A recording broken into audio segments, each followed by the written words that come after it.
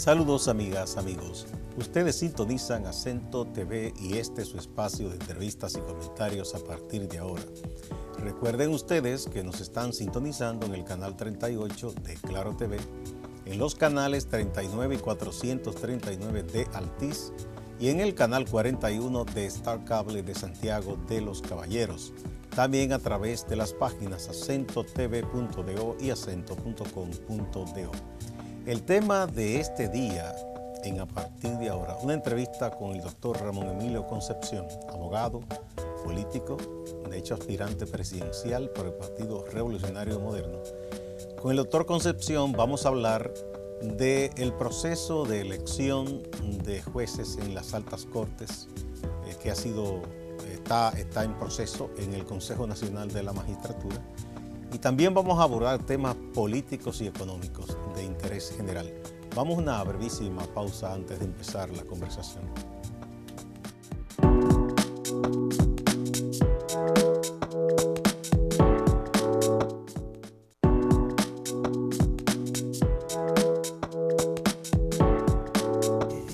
Muchas gracias por acompañarnos. Doctor Ramón Emilio Concepción, es siempre un gran placer, un honor recibirle aquí en A Partir de Ahora de Acento TV.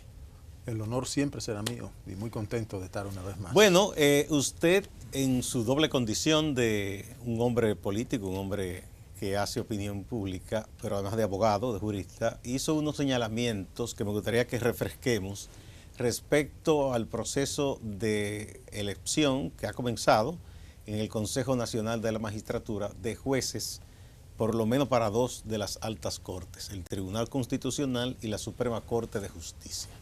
Adelante. ¿Qué plantee? El Consejo Nacional de la Magistratura no es un organismo que se elige cada 4 años, sino que es un organismo, si se quiere, ad hoc. Se convoca cada vez que es necesario. Se convocó cuando había que cambiar los jueces del Tribunal Superior Electoral y la Suprema Corte de Justicia. Ahora vencen 5 o 6 jueces en el Tribunal Constitucional, 11 jueces de la Suprema Corte de Justicia que hay que evaluar. Entonces, ¿qué dijimos nosotros? Que hay 3 miembros de ese consejo que son ilegales. ¿Por qué? Porque no lo han elegido ni en la Cámara de Diputados, el que resulta ser diferente al del presidente de la Cámara de Diputados corresponde a un partido diferente y a la segunda mayoría. Lo propio en el Senado de la República y en la Suprema Corte de Justicia. Y nosotros lo que estamos diciendo es que el artículo 178 de la Constitución en sus numerales 3, 5 y 7 es suficientemente claro. ¿Qué dice ese artículo? ¿Qué dicen esos artículos, esos numerales? El numeral 3, que se refiere a la Cámara de Senadores, dice que el presidente del Senado es un representante del Consejo Nacional de la Magistratura y que el Senado a su vez tiene que elegir un senador de un partido diferente y que constituya la segunda mayoría en el Senado. En este caso la segunda mayoría es el PRM. Tiene 2, pero sí, los reformistas tienen 2 también. Podría ser entonces una segunda mayoría. ¿Y cuáles son los reformistas? El de San Pedro de Macorís. San Pedro de Macorís y el de Cotuí, Félix Vázquez. Lo que pasa es que el señor Vázquez, igual que don Prim Pujal, ya están más en el PLD porque incluso fueron en la boleta del PLD. No, Félix Vázquez fue electo por el Partido Reformista, ese es el problema. ¿En la boleta reformista? En la boleta del Partido Reformista, en la alianza con el Partido de la Liberación Dominicana. Entonces el reformista tendría 2 y 2 que tiene el PRM. Bueno, la fracción que fue aliada con el PLD, porque la otra parte fue aliada con el PRM. Bueno, es que ese es un problema. Estos partidos tienen un lío en este país. Ese es el problema, que no tenía como... Pero independientemente, vamos a imaginar que el PRM tenga 2. Eso, como se elige cada vez que va a reunirse el Consejo Nacional de la Magistratura, habría entonces que ratificar a paliza. La formalización de la elección. Es para formalizarlo. Para cumplir con el mandato legal. Porque yo estoy siendo con esto, si se quiere, no es la palabra, no es necio, sino exigente con esto, para evitar que mañana yo como abogado venga un magistrado de eso que designe ese Consejo Nacional de la Magistratura a conocerme un proceso, yo lo voy a impugnar. En el campo decimos, lo que empieza mal termina mal. Y un juez electo en esas condiciones, cuando el quórum son 6, la membresía son 8, pero con 6 se hace quórum. Si faltan 3, nada más hay 5, no hay Consejo Nacional de la Magistratura en puridad técnica. Entonces, eso usted lo señaló respecto al Senado. Y en el caso de la Cámara, de Diputados, ¿cómo es la también, cosa en la Cámara? Vamos a ver. Porque en la Cámara de Diputados va el que es presidente de la Cámara de Diputados. En este caso es el señor Camacho. Camacho. Y hago un paréntesis. Si fuera como quieren decir Reinaldo Pared, como quiere decir el propio presidente del PRM, Paliza, si ellos se eligieran por 4 años o por un periodo constitucional, estuviera la hermana del presidente, que era la presidenta de la Cámara de Diputados cuando se eligió el Consejo Nacional de la Magistratura. No es así. Entonces, eso de entrada... Y cuando ella estuvo, fue convocado. No. Creo que sí, una vez se convocó, sí. ¿Estando ella? Sí, con ella fue que se eligieron los jueces del Tribunal Superior Electoral. Electoral. Y parte de la Suprema, y los 4 miembros que vencieron en aquella ocasión de la Suprema Corte de Justicia.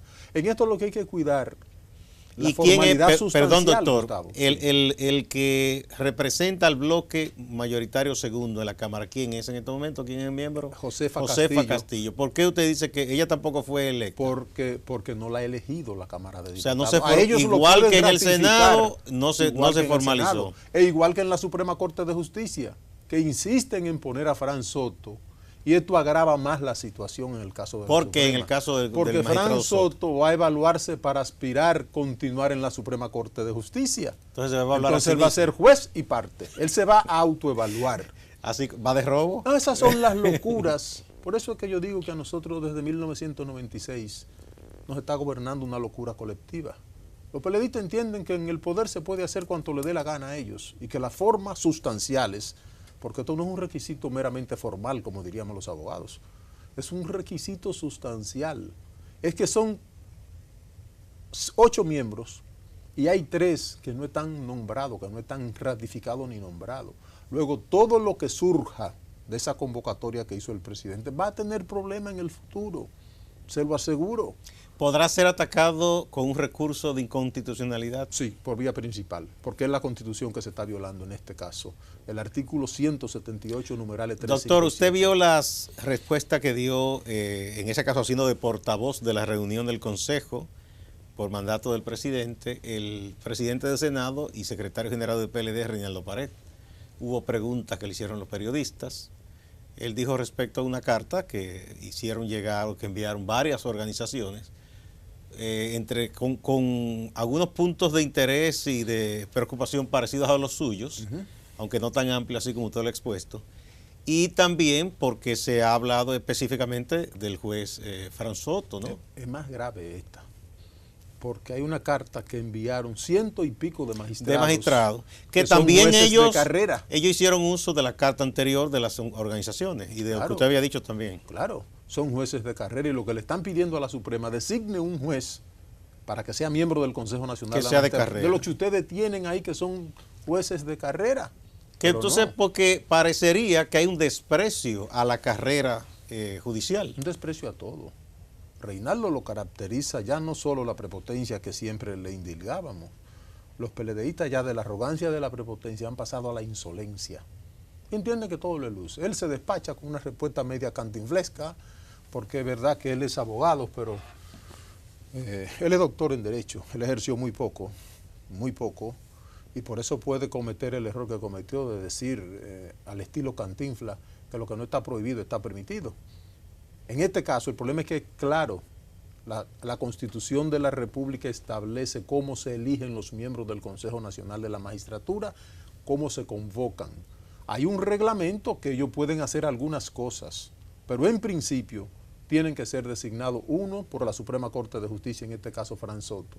Si quiere que lo ratifiquen, como ellos hacen con todo, pues no le importa lo que digan ustedes, los comunicadores, lo que digamos los demás políticos. Los PLDistas han llegado tan lejos, Gustavo, que están con más arrogancia que el capitán del Titanic. Esta gente ni a Dios le temen ya. El Papa puede decir lo que le dé la gana. Nada, ellos se sienten que están por encima del bien y del mal. ¿Cuál va a ser el problema? Que se va a presentar un tranque institucional. Primero, porque Fran Soto va a tener que autoevaluarse, juez y parte. Eso lo prohíbe la Constitución. Se va a anular el nombramiento. En el primer recurso de inconstitucionalidad que se lleve, va a resultar nulo el nombramiento de Fran Soto. Número 1. Y número 2, si él no es juez de carrera, ¿por qué insiste en permanecer en un Consejo Nacional de la Magistratura que debe empezar a perfeccionarse? Yo desde el principio, cuando se hizo el Consejo Nacional de aquí, pedí que lo hiciéramos estilo Perú, estilo Chile, que tiene, además de los políticos, tiene los rectores de las universidades públicas y privadas. Incluyendo las academias, ¿verdad? Incluyendo las academias. ¿Por qué? Porque cuando lo hacemos los políticos nada más, lo único que guardamos es el interés de nosotros los políticos y de los partidos a los que pertenecemos. Y por eso en el país el caos institucional que hay. Esa es la verdad. Bueno, uno viendo las cosas, los que no somos abogados, pero uno ve que en todo esto hay un matiz político, ciertamente. Sí, sí. Y yo digo que lo peor no es ni siquiera que haya un matiz político, porque como los políticos son los que ganan las elecciones, los que gobiernan, en una democracia se supone que incluso debe, ya que está la presencia política, haber un equilibrio. Y eso es lo que uno no observa. Pero en este caso no solo es un equilibrio entre el partido del poder y partido de oposición, sino que es una facción de un partido. Acaba de plantear un asunto sumamente interesante, que en estos momentos ya están discutiendo los constitucionalistas franceses y los constitucionalistas norteamericanos. ¿Hasta dónde tienen los senadores y diputados esa facultad de ellos pensar que tienen una licencia para hacer todo cuanto quieran en el Congreso? Esos constitucionalistas norteamericanos y franceses están diciendo, ellos tienen una delegación del pueblo. Y hay asuntos que para ellos decidirlo, como es por ejemplo una reforma para habilitar una reelección presidencial, esos senadores y diputados necesitan un plebiscito de quienes le dieron representación. Deben consultar a la población. Entonces eso ya se está debatiendo con mucha importancia, tanto en Francia como en los Estados Unidos. ¿Por qué? Aquí va a haber que meter ese tema. Porque aquí un presidente o la vetusta comisión política, como yo le llamo, se reúne en un resort del este y 35 miembros le dicen a esos bajamanos que tenemos en el Congreso, modifíquenme la Constitución. Y lo hacen en 24 horas, Gustavo. Entonces esto que se está debatiendo en Francia y en los Estados Unidos, tenemos que traerlo a República Dominicana para que estos congresistas nuestros sepan que tienen unos requisitos establecidos en la Constitución que cumplir. En el caso de Estados Unidos, doctor, ya sí. Algunos estados, de manera particular, en sus propias constituciones estatales, porque es un país federal, contempla esa figura y se usa mucho. Yo recuerdo el caso de Cuomo padre, que inclusive era visto como una figura presidenciable. Mario Cuomo.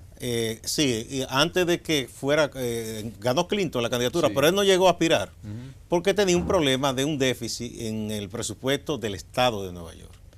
Y entonces la propuesta que hicieron los economistas era unos impuestos, unas cosas, y dijo, bueno, esto es un poco duro, hay una crisis económica, era el gobierno de Bush padre en ese momento. Okay. Dijo, yo voy a consultar a mi pueblo.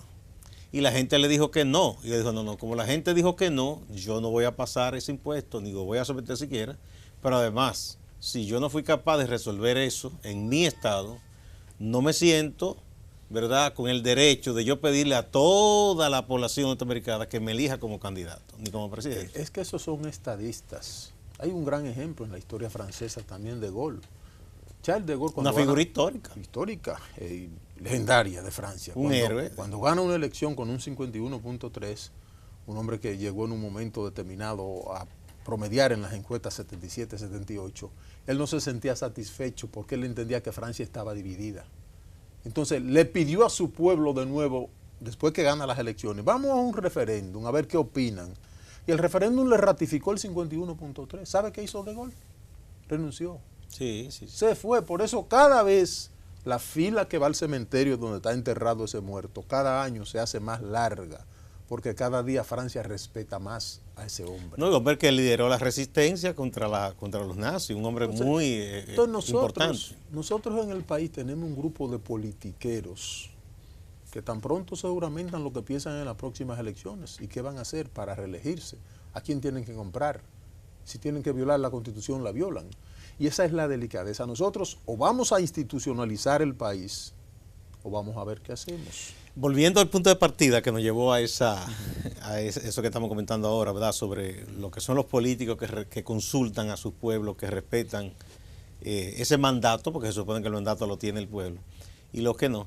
Digo porque lo que se está viendo ahora ni siquiera es que un partido es el que tiene todo ese control, es una facción. Una facción. Porque la facción de Danilo Medina ha estado quitándole espacio a la de Leonel Fernández y se propone seguir quitándole espacio por las rebatillas internas que tienen, por el control del partido y con miras a los comicios de 2020. O sea, nadie puede perderse en eso. Entonces, lo que se está ahí discutiendo, aunque es sumamente grave para la institucionalidad, para ellos es un problema de rebatiña interna. Yo vi un programa en este canal hace una semana y pico.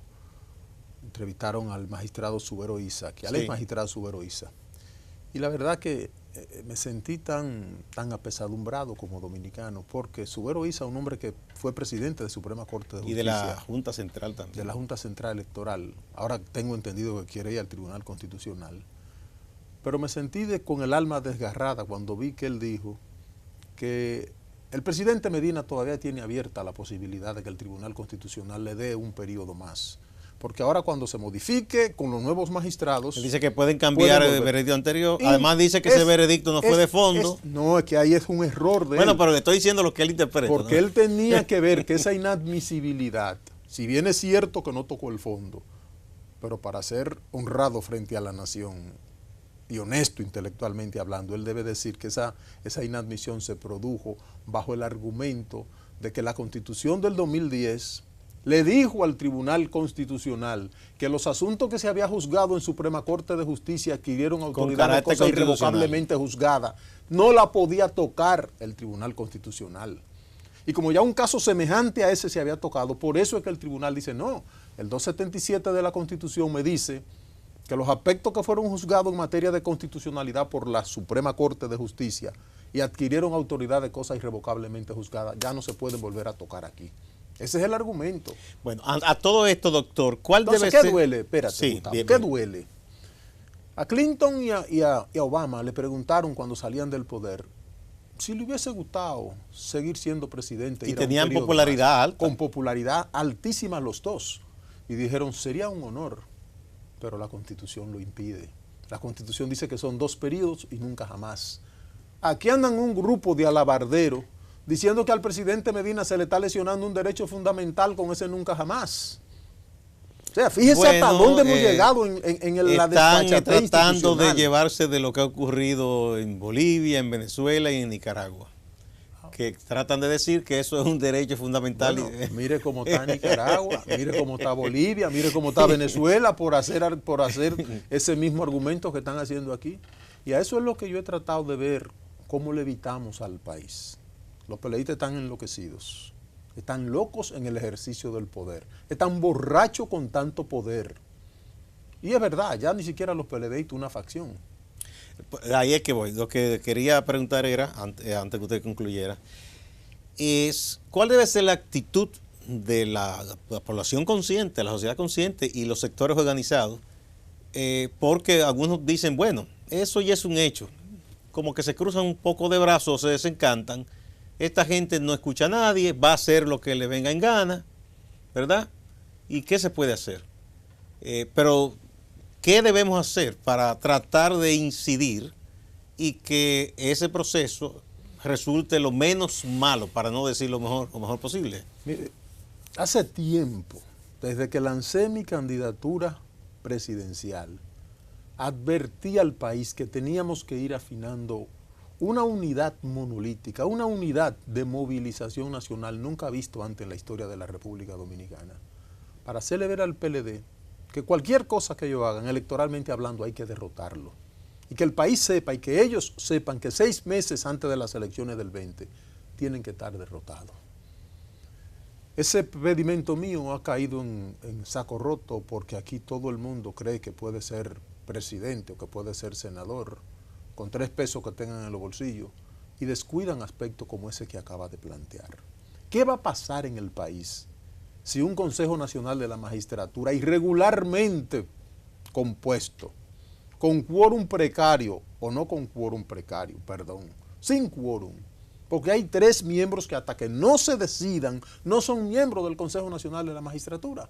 Se está afectando el Estado de Derecho, número 1. Se está afectando el debido proceso, número 2. Ahí van 2 condiciones por las cuales ya cualquiera mañana puede ir al Tribunal Superior, al Tribunal Constitucional, a pedir inconstitucionalidad de ese proceso de elección de los jueces. ¿Qué van a pensar los inversionistas extranjeros? ¿Qué van a empezar los inversionistas nacionales que quieren seguir apostando al destino del país? Cuando ve que un grupo de locos que está en el poder, por mantenerse en el poder, hace todo cuanto ellos entienden que le convengan. ¿Tú te imaginas lo grave que es Tú decirle a un inversionista norteamericano que aquí se están eligiendo los jueces de alta corte con un Consejo Nacional de la Magistratura irregularmente constituido, y que en ese Consejo Nacional de la Magistratura existe un miembro que no es ni siquiera de carrera judicial, pero que pretende quedarse en la Suprema Corte, según me dicen, con aspiraciones de presidir la Suprema Corte de Justicia, y que él es juez y parte, que él mismo se está autoevaluando. Nació mal. Entonces, que no se quejen mañana cuando lluevan los recursos de inconstitucionalidad. Ya no solo por manera directa al tribunal, sino en todos los procesos que los abogados tengamos, y que venga uno de esos magistrados a intentar conocer lo que nosotros sabemos ya, los amarres que se están haciendo, y que un posible embajador de la República fuera ya está coordinando con un ministro importantísimo del país, quiénes son los jueces que van para el Tribunal Constitucional, quiénes son los que van para la Suprema Corte de Justicia. Todo eso ya se sabe en los corrillos políticos. De hecho, ese embajador se ha mencionado como presidente de una de las altas cortes. Como presidente de una de las altas cortes, es así. Esa es la mención que se han hecho. Entonces, ¿qué va a pasar? Que ahí todos los abogados van a empezar a presentar recursos de inconstitucionalidad, porque va a ser una corte como la que hizo Leonel Fernández. Bueno, pero eso es para que conste, porque entonces si de esa manera es que se va a elegir ese tribunal constitucional, o sea, se va a poner la iglesia en manos del hombre aquel. Bueno, pero es que el PLD a eso es que está acostumbrado, y todo le ha salido bien, porque quiero hacer un mea culpa. Nosotros en la oposición hemos sido endebles, hemos sido muy dubitativos, hemos sido muy ineficaces, y por eso el PLD sigue gobernando. No es porque ellos se han dechado de virtudes. Pudieron salir del poder en el 8, en el 12 o en el 16, y la oposición siempre lo que anda aquí es dividida. Por eso es que hay que empezar a plantear desde ahora. El político no sea capaz de desprenderse de una aspiración para llevar a su pueblo a salir de esta locura colectiva que nos está gobernando. El país debe darle la espalda. Vamos a poner un puntito ahí, doctor, que ya vamos a entrar de lleno entonces en la parte política y observar aspectos también de la economía y otros temas fundamentales cuando volvamos después de esta pausa.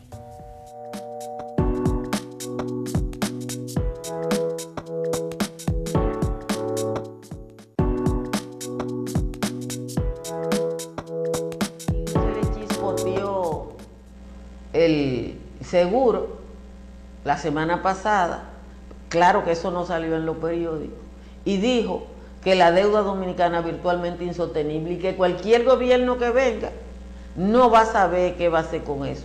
Y eso se quedó así. Eso se quedó así. Deje ponerle el pedacito de Danilo con la deuda, que son 10 segundos. Mírenlo aquí. Si nosotros no cortamos ahora a tiempo el problema del déficit, yo sé que el próximo gobierno no tendrá nada que hacer en la República Dominicana, porque el nivel de deuda del país es sumamente alto y no tendremos posibilidad de seguir buscando dinero para pagar a un... ¿Es el presidente? Todo eso pasa en un país donde el gobernador del Banco Central... Efectivamente, ese es el presidente que está hablando ahí, usted lo dijo. Bueno, fue un ejercicio de sinceridad del presidente Danilo Medina. Y de incompetencia a la vez. Yo vengo planteando hace tiempo, Gustavo. Entonces, pero perdón, él dice que si no se hace nada, que el próximo gobierno no tiene nada que hacer. ¿Y bueno, se ha hecho algo después que él dijo eso? Claro que hizo. ¿Qué hizo? Él mandó el presupuesto y mandó una posibilidad de endeudamiento más del país, o sea, de 4,000 y pico millones de dólares. Más deuda. O sea que... Ayer el Congreso acaba de aprobar otro préstamo por 300 millones de dólares. Él se dedicó a endeudar el país desde el primer día. ¿Por qué yo he estado planteando que no cualquier presidente está en condiciones de sustituir lo que va, de manejar y sustituir lo que va a dejar el PLD en el poder cuando salga en el 2020? Por cosas como esta. Aquí el país se ha endeudado, como decía Jacqueline Rode, una francesita que cuando escribió sobre el horror de la deuda externa en América Latina, quedó tan horrorizada porque habían préstamos que ni salían de la banca que supuestamente lo iba a ofertar. Se los repartían los políticos, los lobistas y los banqueros. Y ella quedó tan horrorizada que una obrita de 197 páginas, según mi criterio, la resumió en la última página, diciendo préstamos insensatos, otorgados por banqueros insensatos a gobernantes insensatos. 1966, cuando Balaguer gana las elecciones, sale en 1978, 12 años, deja una deuda de 987 millones de dólares. Viene don Antonio y la deuda aumenta a 1.600. Vuelve Salvador y esa deuda se llevó a 3.300 millones de dólares. Viene Balaguer y esa deuda se quedó en 3.000, él le aumentó 120 millones de dólares en 10 años. Quedó como en 3.867 millones de dólares. En el 96. Entra Lionel y en honor a la verdad, en el primer periodo, rebaja la deuda en 567 millones de dólares. Pero viene Hipólito y se rompe un seguro que nosotros no habíamos tocado desde 1900, la primera emisión de bonos soberanos, para ser exacto, como un reloj suizo, la toma el presidente Báez, 1868. Primera emisión de bonos soberanos en la República Dominicana. Tomaron 800.000 libras esterlinas, el famoso empréstito Harmond. Que esa fue una de las grandes estafas históricas que le han hecho a este país. Tomaron 800.000 libras esterlinas, al país solo llegaron 38.000, porque las demás se perdieron en las garras de los políticos, los lobistas y los banqueros. ¿Qué pasó con esa deuda, Gustavo? Como no se pudo pagar a tiempo, hubo que renegociar Westendor 1, Westendor 2. Tampoco se pudo pagar Santo Domingo Improvement Company. Terminamos entregando nuestras aduanas en 1905, que obliga a la Convención del 7. Moncácer era un hombre, aunque sin mucha formación académica, pero un hombre muy organizado. Y él toma el país con esa deuda que la manejaba, la aduana del país la manejaba el gobierno norteamericano. Pero él empezó a ahorrar porque él entendía que el país debía salir de esa deuda. Y cuando lo mataron tenía el 75% de ese valor ya ahorrado. Los sustitutos de él lo dilapidaron. Vino la intervención del 16. La intervención trajo a Horacio Vázquez. Vázquez no trajo a Trujillo. Y de ahí tú conoces la historia. En el 2000, cuando Hipólito llega a la presidencia de la República, por segunda ocasión en el país, se empiezan a tomar bonos soberanos a partir del 2001, por recomendaciones del Domingo Caballo dominicano, al que yo le llamo el Cabalito, Andy Dawager. Y se metió en la fiesta. ¿Por qué? Porque los préstamos antes que daban los organismos multilaterales y los organismos bilaterales eran siempre, casi siempre, para aplicarlo en asuntos que devolvían esa inversión. No, además tienen unas exigencias acompañadas. Ahí viene, tiene una contrapartida, sí. Y además de la contrapartida tiene la supervisión de la gente que soltó el dinero. Los bonos soberanos no. Tú y yo lo soltamos, lo aprueba el Congreso, lo colocamos en un mercado internacional y nadie nos revisa qué vamos a hacer con ese dinero. Vino entonces el PLD de nuevo al poder y una deuda que estaba en 7.800, 9.000 millones, Leonel Fernández tomó 12.000 en los 8 años que le tocó. Lo sustituye Danilo Medina y una deuda que eran 19.000 millones de dólares, en este momento puede andar alrededor de los 50.000 millones de dólares. Con razón él dice que el próximo gobierno no va a poder hacer nada si no se corta ese déficit. ¿Cómo lo va a cortar? Si tiene un tercio de un presupuesto que este año va a llegar casi a 1 billón de pesos, 921.000 millones de pesos. Es decir, millones de millones. Sí, pero de eso la mitad es para pagar servicio de deuda. Más grave. Más grave todavía de ahí. Admite en la prensa de ayer o de hoy, el jefe de presupuesto de la nación, que ellos han estado cogiendo prestado para pagar. Eso es como que Gustavo le preste a Ramón Emilio 1 millón de pesos, yo lo dilapido, entonces tengo que decirle al camarógrafo, me preste 1.600.000 para pagarle a Gustavo. Vuelvo y dilapido eso y voy donde el otro camarógrafo. Bueno, yo recuerdo que don Juan decía que cuando se hace eso es una locura. Es una locura. Tomar dinero para pagar. Para pagar. Entonces hay un tercio que va prácticamente para la deuda. Un tercio que va para los zánganos que cobran sin trabajar o que prestan muy poco trabajo al Estado dominicano. Con el otro tercio se van los salarios entonces propiamente dicho de la administración pública. Es eso lo que está en juego. Por eso es que estoy planteando, Gustavo, si el país se equivoca en el 20 y esta locura colectiva se queda en el poder, lo único ventajoso es que la crisis le va a estallar a ellos, pero el país va a quedar desarticulado. Entonces, si el país no elige un presidente que se juramenta el 16 de agosto del 2020, ¿verdad?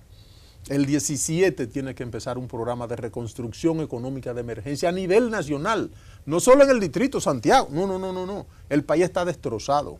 Aquí falta todo, está por hacer. Aquí han hecho escuela en lugares donde no hay alumnos. Y lo digo con conocimiento de causa. En mi pueblo, Constanza, deben haber como 16 escuelas nuevas en la administración del PLD, comprándole solares a los compañeritos para ayudarlo. Hicieron una escuela casi de 200 aulas en una sección de allá que se llama La Culata, que yo creo que no viven 20 familias, porque eso todo está dedicado. Hay una irracionalidad en el uso de dinero. Bien, perfecto. Usted ha hecho un diagnóstico de la situación, pero hemos visto, por ejemplo, que pese a todos los problemas que hay, esta gente tiene mucho poder en sus manos. Aparentemente. Y lo usan, yo diría que con poco escrúpulo, para no decir con ninguno. Yo digo con ninguno. Bien. Bueno, entonces, y se ha ya curtido en las artes de cómo ganar elecciones de la forma que sea, hacen una cosa aquí, otra allá, tienen los recursos del Estado, etcétera. Entonces, la oposición, si bien es cierto que tiene una gran oportunidad, pero debe emplearse a fondo en el trabajo político para ganarse el apoyo de la gente, más ser capaz de construir una gran alianza, porque solo yo no creo que hay un partido que pueda por sí solo hacerlo. Mira, cuando un pueblo toma una decisión, no hay poder sobre la tierra que pueda hacer desistir ese pueblo de la decisión tomada. El pueblo tiene la decisión de salir del PLD. Y si no sale del PLD, los responsables seremos los políticos. Aquí hay posiblemente un 37, un 40% de abstención. Si no surge un candidato que además de lograr una movilización de unidad nacional, incida en esa parte que Joaquín Balaguer le llamaba, ¿cómo le llamaba Balaguer? La masa silente. La masa silente. Muchos, Balaguer y otros, le llamaban bueno, pues entonces, en esa masa silente, si no surge un candidato que se gane la confianza de esa masa silente y la levante temprano el 15 de mayo del 2020, las posibilidades de éxito son pocas. Y cuando yo digo con toda sinceridad que no todos los que estamos aspirando a la presidencia de la República estamos en condiciones de manejar lo que va a dejar el PLD, no solo el aspecto material, Gustavo, el aspecto moral está destrozado en el país como nunca antes. Y el aspecto material, tú con un buen gobernante, un buen equipo gobernante, puede empezar en los primeros 4 años a sembrar las bases para la reconstrucción y para la recuperación material. Aunque se va a requerir de mucho, porque no es fácil tratar de revertir, por ejemplo, todo ese tema de déficit y deuda. Mira, aquí hay que diseñar políticas a 3 meses, a 6 meses, a 1 año, a 3, a 5, a 10, a 15 y políticas hasta 50 años. Y hago un ejercicio sencillo y rápido. ¿Qué teníamos en 1996 cuando el PLD llegó al poder?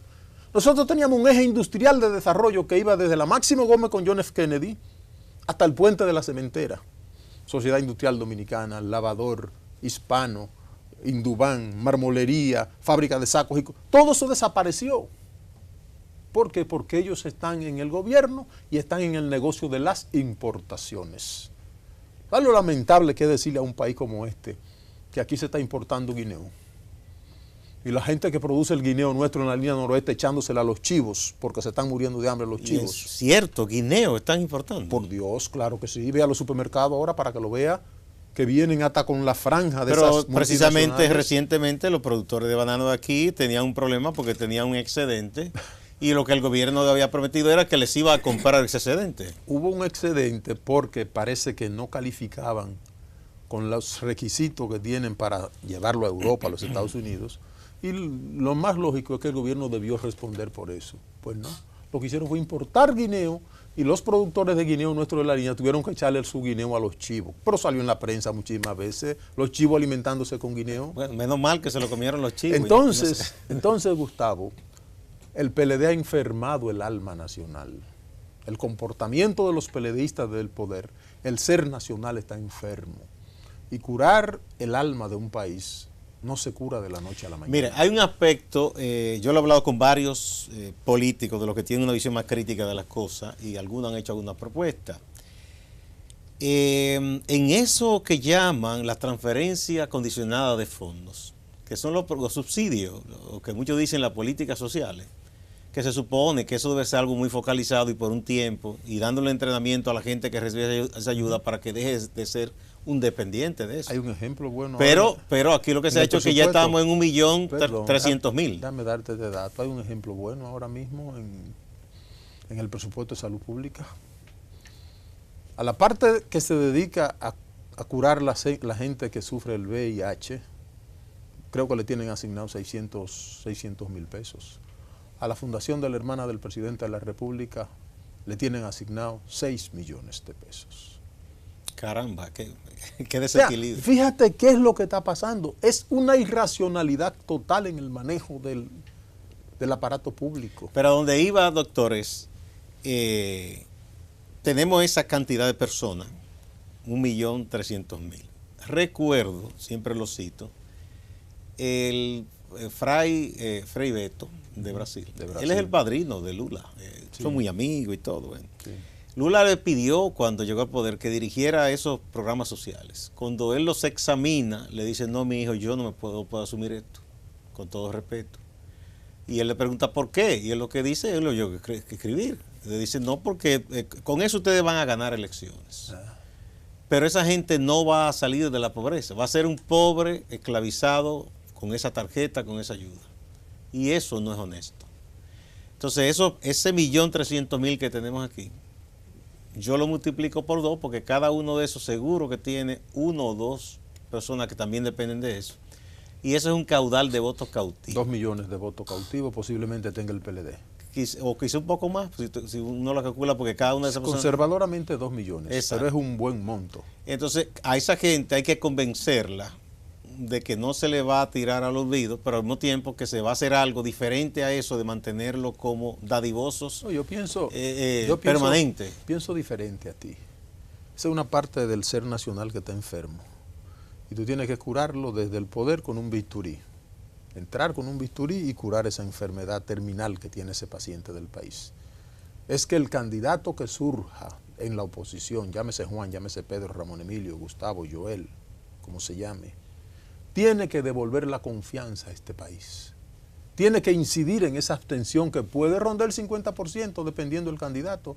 Y lo dijo Gallup. Sí, todas las encuestas, el más alto de todos los candidatos coinciden en eso. Tiene un 14%. Si no hay candidato hacia el 20% en este momento, porque ninguno ha logrado ganarse la confianza del país, la confianza perdida. El pueblo está doblado, más no roto. El pueblo lo que anda buscando en quién confiar. Y yo, que me he preparado durante 40 o más años, porque me puse a estudiar todos los modelos económicos, por lo menos de lo que hay literatura, desde la primera gran crisis que registra la literatura, que es la de la parte toscana, parte norte de Italia, un proceso especulativo destrozó la economía, pasando hasta la última crisis del 2008, la he estudiado toda. Pero me he preparado y por eso estoy diciendo con mucha propiedad que en este momento, y no me tome como tú me conoces muy bien, no me tome como un petulante porque sabe que no lo soy, pero soy el único precandidato a la presidencia, por lo menos de lo que estamos corriendo ahora, que está preparado para manejar una situación como la que va a dejar el PLD. Porque yo pondría el 17 de agosto en marcha un plan de reconstrucción económica de emergencia al estilo Franklin Delano Roosevelt, al estilo de Gaulle, al estilo Adenauer, al estilo David Ben-Gurión. Sí, no estoy proponiendo nada de Ramón Emilio Concepción. Lo estoy proponiendo porque lo he estudiado y funcionó en esas naciones. Tratar de aprender de las experiencias. Funcionó en esas naciones. Economía es producir. Lo que sucede es que los economistas de la Universidad de Chicago, el gran modelo neoliberal, destrozó todo.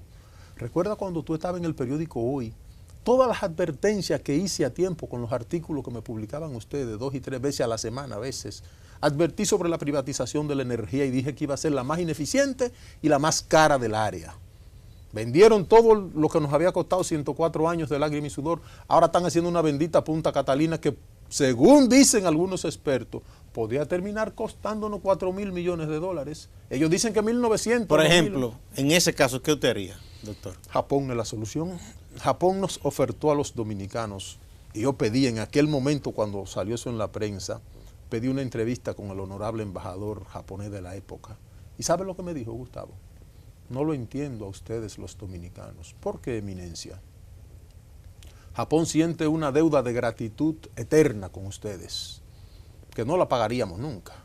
Pero si les resolvemos el problema con los eléctrico, refugiados que acogió en aquellos años. Exactamente. Y me dijo, si les resolvemos el problema eléctrico, estaríamos dando una gran contribución para que ustedes entonces marchen hacia el desarrollo, porque ningún país sin energía se desarrolla.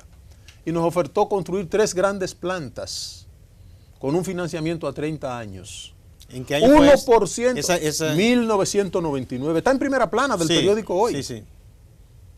Es decir, financiamiento a 30 años, 6 años de gracia y 1% de interés anual. Era un regalo que nos estaba haciendo a los dominicanos. Ponían una condición, que no se privatizara el sector energético y se manejara en un patronato donde tuviera sector público, sector privado y distintas iglesias. Al PLD lo que le convenía era el negocio que hicieron. Y por eso aquí hay una parte del empresariado que están cerrando porque no pueden competir. Entonces usted, en el aspecto de energía, usted retomaría esa propuesta. Inmediatamente, Japón. Y con Punta Catalina específicamente, ¿qué usted haría? Porque ya eso está ahí. Mire, andamos tan mal. Los chinos el año que viene van para la luna a bajar helio para ir a energía de fusión.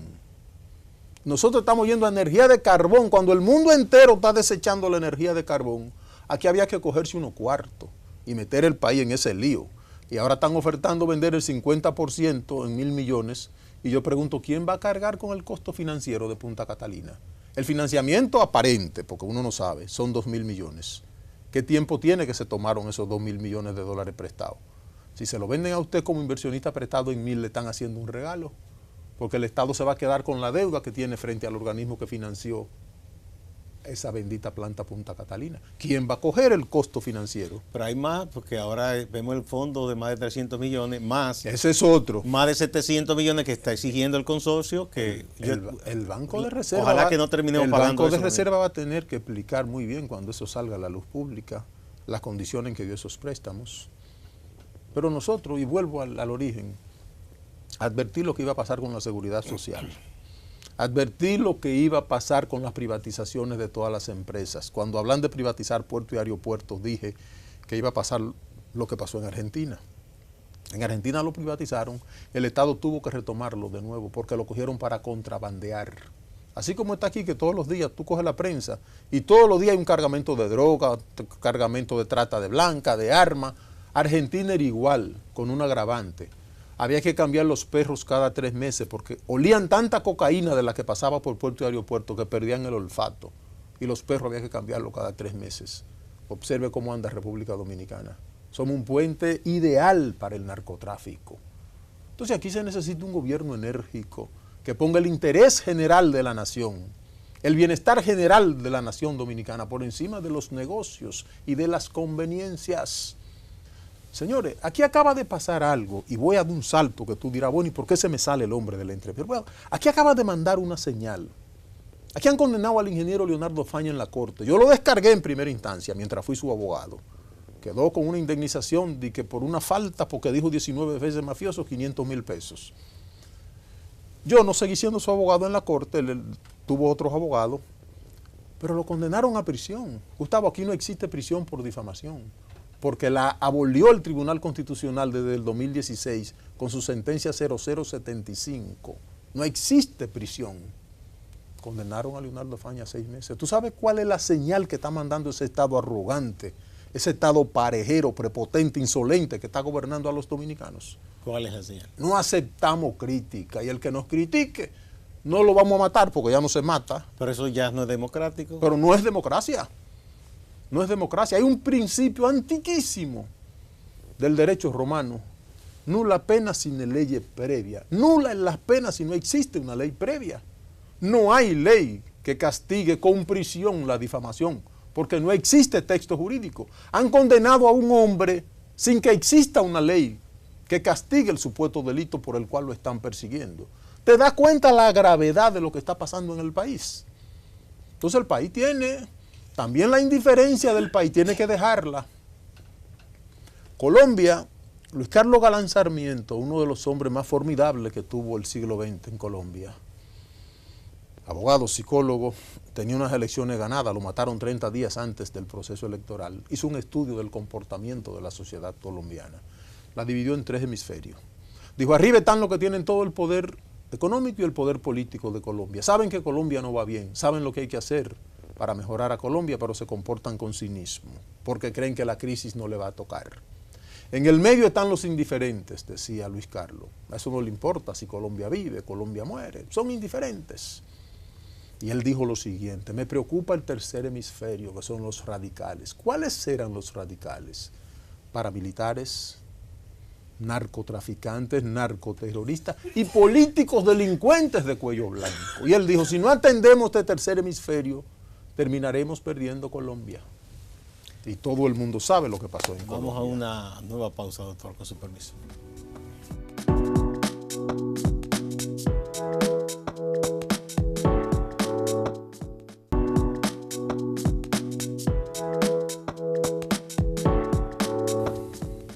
Muchas gracias por continuar A Partir de Ahora. Estamos conversando con el doctor Ramón Emilio Concepción, abogado y precandidato presidencial por el Partido Revolucionario Moderno, por el PRM. Bueno, hemos tocado muchas cosas, doctor, pero hay dos que me gustaría que usted me dé su punto de vista de lo que ha estado ocurriendo. Tenemos el caso de la educación. En la educación formal, elemental, vamos a decir, la que es preuniversitaria, hay ya muchos recursos a partir de que la población sentó a los políticos en 2012 y les obligó, una cosa extraña, a firmar un compromiso de cumplir algo que ya estaban comprometidos a hacer, que es una ley. Una ley. Bueno, abundaron los recursos, sabemos las cosas que han ocurrido, se están construyendo muchas escuelas, hay quejas por otro lado, ¿no? Abundaron tanto que hasta proyectos presidenciales se están lanzando. Exacto. Se han lanzado y se van a lanzar más. Pero hay otra parte de la educación, independientemente de lo que esté pasando en esa que maneja el ministerio, que es la que forma a los hombres y mujeres que van a insertarse en el proceso productivo. No se sabe si aquí contamos con una planificación para decir, bueno, se necesitan tantos técnicos o ingenieros agrónomos para el campo, por ejemplo, tantos ingenieros industriales, tanto que vayan a tal cosa, tanto que vayan. No se sabe si hay una coordinación, por lo menos no tenemos la certeza, y lo hemos preguntado con personas que son empresarios de esas áreas y me dicen que eso se maneja un tanto de manera medalaganaria. Esa planificación falta. Me gustaría su punto de vista respecto a eso, una educación que sirva al desarrollo. Primero tengo que decirte, ¿cuándo tú has visto que en un país donde el censo no sea confiable se puede planificar políticas a futuro? Lo primero que necesitas es un gran censo, saber cuántos seres humanos son, cuántas viviendas hay, cuántas gallinas hay, cuántos cerdos hay, cuántas parcelas están produciendo. Así se hacían los censos antes. Hay una promesa de que el censo agropecuario y de vivienda viene pronto ya, bueno, el gobierno lo ha anunciado. Pero pongo el ejemplo para que vea lo mal que andamos. Si no tenemos un censo correcto... Cuentas nacionales, estadísticas confiables, te no dicen. podemos planificar. Bien. Porque si te sientas ahora mismo en el Estado Dominicano, tú no puedes decir cuántos ingenieros vamos a necesitar a 10 años, cuántos médicos, cuántos abogados, cuántos biólogos, cuántos agrónomos que no aquí... Bueno, entonces eso sería un primer paso, Entonces, poner claras las cuentas nacionales y las estadísticas. Definitivamente. La educación tiene que volver a la educación que nos dieron a ti y a mí. A la educación crítica, a poner los muchachos a pensar. Francia, que uno pensaba que andaba a nivel de la mejor educación del mundo el año pasado, dio vuelta para atrás. Y está volviendo a lo que ellos habían abandonado porque era una educación antigua, están volviendo. Es decir, a poner los muchachos a partir de los 4 años en las escuelas, pero a enseñarlo a razonar, a enseñarle dictado, a enseñarle caligrafía, a enseñarle a memorizar como nos enseñaban a nosotros, que nos enseñaban la geografía, la historia universal, y nos la teníamos que aprender y hasta recitarla, porque si no los profesores nos mandaban a copiarla 70 veces y amanecíamos trabajando. Nos decían, hay que embotellárselo, decía uno. Era razonar. Esos son los críticos. Esa es una botella. No, nos enseñaban a razonar. La educación tiene que volver a ser crítica en el país, enseñar a pensar los muchachos. Tú tienes que volver a lo que nos enseñaron a nosotros, que nos dio muchos resultados, aunque los padres nos daban nuestros correazos también, pero nos dieron educación cívica. Eso lo sacaron de las escuelas nuestras. Yo estoy planteando una reforma en los pensum, tanto desde la escuela intermedia, pero con más rigor en la universidad. Aquí hay pensum, hay universidades que se llenan de muchachos estudiando mercadotecnia, creo que así le llaman ahora. ¿Y cómo se llama cuando lo mandan palete a servir trago para los hoteles profesionales? Hotelería, tiene un nombre que no recuerdo. Bueno, se estudia turismo que tiene diversas especialidades. Sí, pero por Dios, tú no puedes poner un muchacho desde que lo pone a la escuela a los 4 años hasta que lo hace profesional a los 22. para mandar los paletes a servir trago por 6, 7 mil, 8 mil, 10 mil pesos mensuales. No, pero eso no, los que estudian eso no hacen exactamente eso. Por ¿no? Dios, son hombres sirvientes un poquito educado. Tú tienes que planificar una educación, que el muchacho a los 4 años entró a la universidad, a la escuela, a los 22 salió con una profesión y sabe para dónde va a trabajar. El Estado tiene que planificar para decir, el hijo de Gustavo se gradúa el año que viene de ingeniero mecatrónico, que yo soy el primer candidato que estoy proponiendo que tenemos que ir a la ingeniería mecatrónica en el país, es decir, a la fundición, a los grandes hornos, para poder industrializar y llevar las máquinas herramientas para hacer fábricas de verdad, de insertar computadoras, de reparar tractores, de reparar la segadora de arroz, la segadora de la caña de azúcar, todas esas cosas. Se necesita ingeniería mecatrónica para eso. Tiene que ver los pensum, por ejemplo, de agronomía. Yo creo que aquí la única que está dando agronomía es la UAS y creo que tiene 17 estudiantes. ¿Con qué voy a garantizar la seguridad alimentaria de mi país si no tengo agrónomos, si no tengo biólogos, si no tengo químicos? Entonces, esos pensum tú tienes que adaptarlo a la realidad social. Todos esos muchachos que quieren ir a estudiar mercadotecnia, turismo, tú determinas cuántos hoteles tengo en el este, cuántos en el norte, cuántos en el sur. ¿Cuántos muchachos necesito para que me atiendan el turismo? Y no permitir que se te llenen las universidades. Y sé que tú ahí me vas a recriminar porque tú eres tan democrático y tan liberal que va a decir que eso no es democrático. No, eso se llama planificación. ¿Pero en qué aspecto te piensas que yo le voy a rebatir? No, porque tal vez es un control. No, yo creo, no, pero yo creo. Para tú organizar. No, yo soy muy abierto, pero creo que debe haber una planificación y decir, si necesitamos tanto de esto, correcto. No es que no se le permita inscribirse. Ahora, el incentivo debe estar con lo que el Estado quiere desarrollar. Es que es necesario. Porque de hecho el sector privado lo hace. Si usted va un muchacho a la Fundación de Crédito Educativo, que eso lo financia básicamente el empresariado, hay muchas cosas que los muchachos van buscando y le dicen, mira, está bien tu profesión, pero entre los criterios que tiene esta fundación no está incentivar ese tipo profesional. Yo estoy promoviendo la modernización de las provincias, por eso decía al comienzo del programa, un plan de reconstrucción nacional de emergencia a nivel nacional. ¿Qué es el plan de modernización de las provincias? Si coges de San Cristóbal a Baní, te encuentras 10, 12 pobladitos que no tienen energía, que no tienen hospitales, que no tienen escuela, que no tienen cuartel de policía, que no tienen cuartel de bomberos, que no tienen los donde cuidan los niños, ¿cómo se llaman? Guardería. Los guarderías, pero el más importante de todo, donde deben cuidar a los viejos, que todo país que respeta a los viejos tiene un lugar para que los viejos cuando pasan a retiro no se quedan con sus hijos, porque a veces sus hijos... Bueno, Gandhi decía que un país usted lo conoce por la forma en que trate a sus ancianos y a sus animales. Bueno, entonces fíjate, ya creo que ahí resumiste cómo andamos los dominicanos. Entonces, en el plan de modernización de las provincias, cuando tú pones los muchachos, como hizo Franklin Delano Roosevelt, el Consejo de Empleo para los jóvenes de 18 a 32 años, tú lo pones a trabajar en la construcción de todos esos dispensarios modernos. No importa que sean profesionales sin empleo, tú lo pones.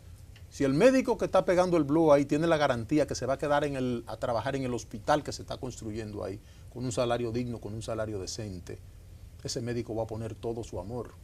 Es más, hasta el muchacho que quiere ser policía, que está construyendo ahí, y se va a crear un cuartel de policía para ese pobladito con toda la modernidad. Yo sé que Gustavo está pensando en este momento, ¿y el dinero?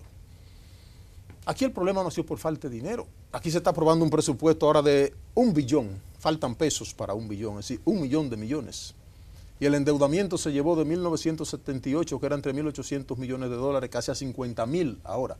Dinero ha habido de sobra. Pero lo que ha faltado es la planificación. Esa deuda hay que pagarla, doctor. Mira. Porque entonces el país no puede quedar como pícaro internacional. Tú me vas a decir a mí, ¿qué haría Ramón Emilio con el problema del endeudamiento? Sí. Yo la dividiría. Al día siguiente designo una comisión. ¿Cómo usted que me divida la deuda en deuda legítima e ilegítima. ¿O tú crees que todos esos préstamos que se aprobaron al vapor ahí en ese Congreso nuestro para duplicar, triplicar y cuatruplicar el precio de las obras con Odebrecht, un Estado que se respete la tiene que pagar? Ahora yo la pago si te quito los cuartos a ti que te los robaste. Bueno, pero como quiera. Pero Argentina hizo eso. Sea que usted tome esa vía o lo que fuere, pero necesita tomar una serie de medidas que eso lleva su tiempo, porque Recuerde que esas transnacionales y esos políticos El interés nacional. y amarran sus cosas. El interés nacional está por encima del interés de esas transnacionales. Bueno, tenemos que concluir, por eso doctor. decía ahorita que tiene que decidir el país si elige un presidente que piense en el bienestar general de la nación o un presidente que piense en el grupito que le rodea. Así de sencillo. Bueno, muchas gracias. Creo que es una buena forma de terminar con ese mensaje que usted ha dado. Muchas gracias, doctor Ramón Emilio Concepción, por sus ideas sobre lo que está ocurriendo con el Consejo de la Magistratura y la elección de los jueces de las altas cortes, sobre sus ideas sobre la política y sobre la economía en la República Dominicana. A ustedes, amigas y amigos, muchas gracias y no se vayan, que siempre hay más en Acento TV.